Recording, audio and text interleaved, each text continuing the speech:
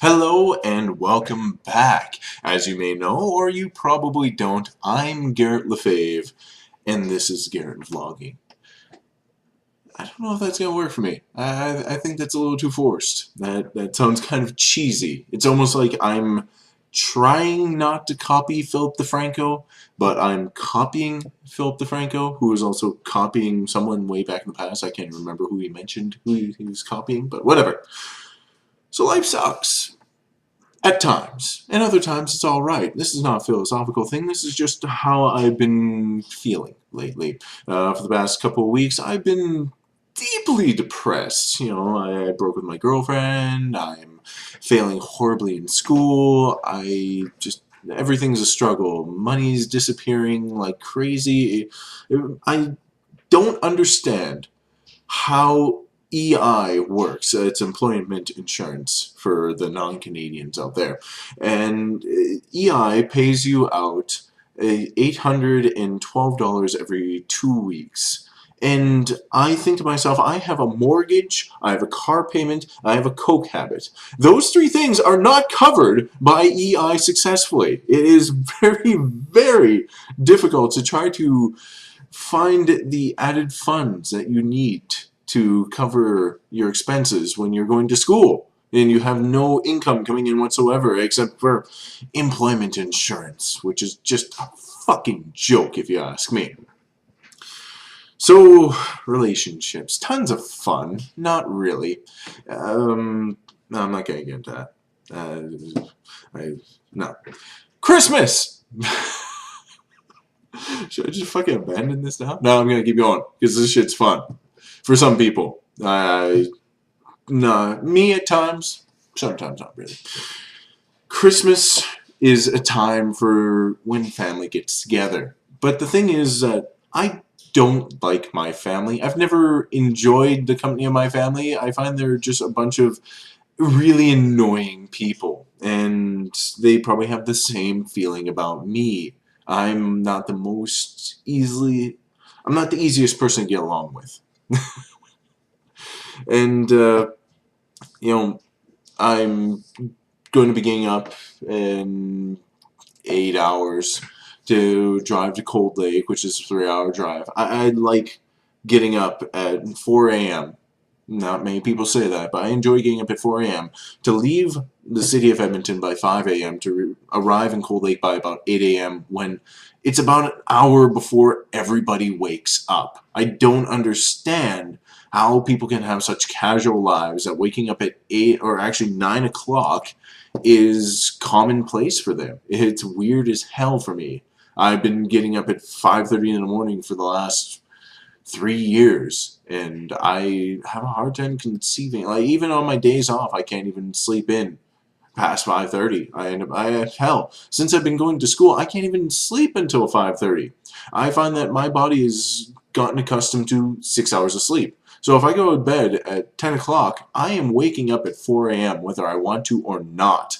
And it is fucking annoying. I'm like, well, I would like to get an extra hour and a half of sleep. That's not going to happen. No, sorry about your problems.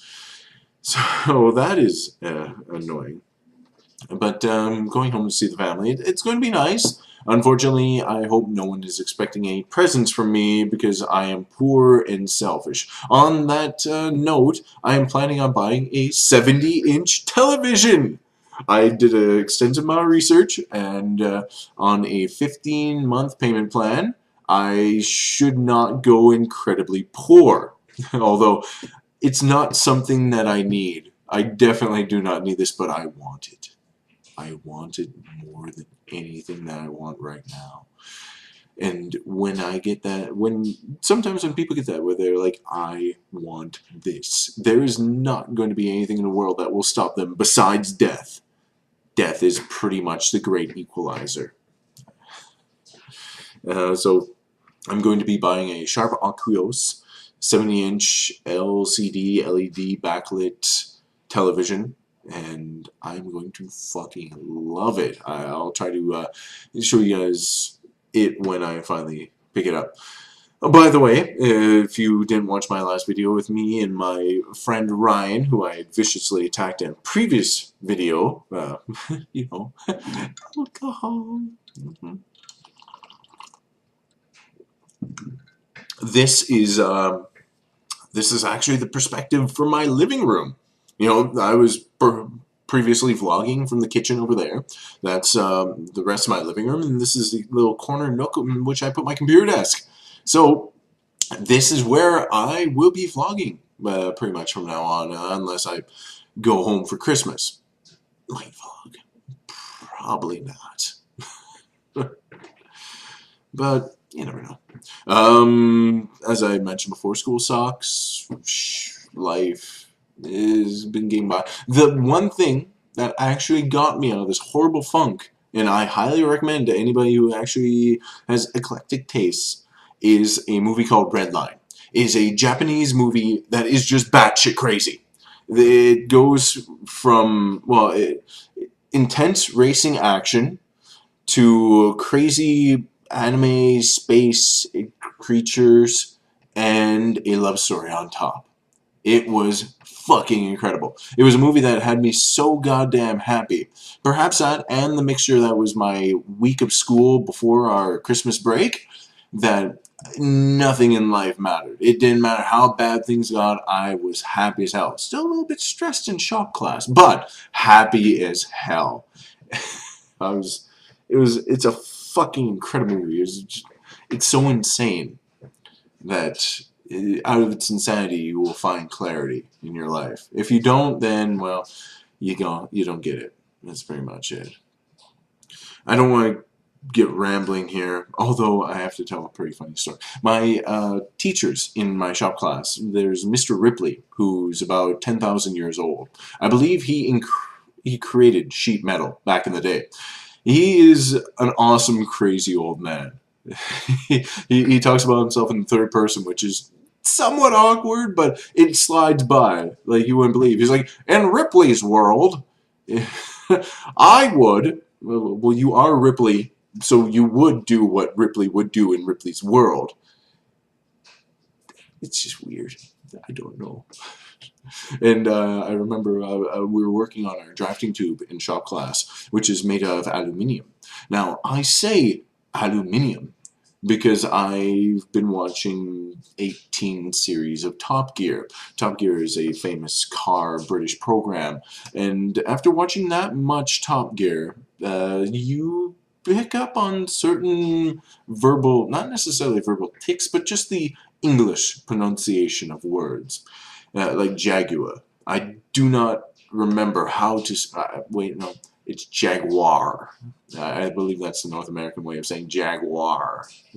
I don't think it's that overly pronounced, but Jaguar is the way I know it. So we were working on this aluminium draft tube, and Mr. Ripley is like, yeah, you attach the handle this way. I'm like, oh, do we use aluminium rivets? He's like, yeah, you use aluminum rivets. I'm like, okay.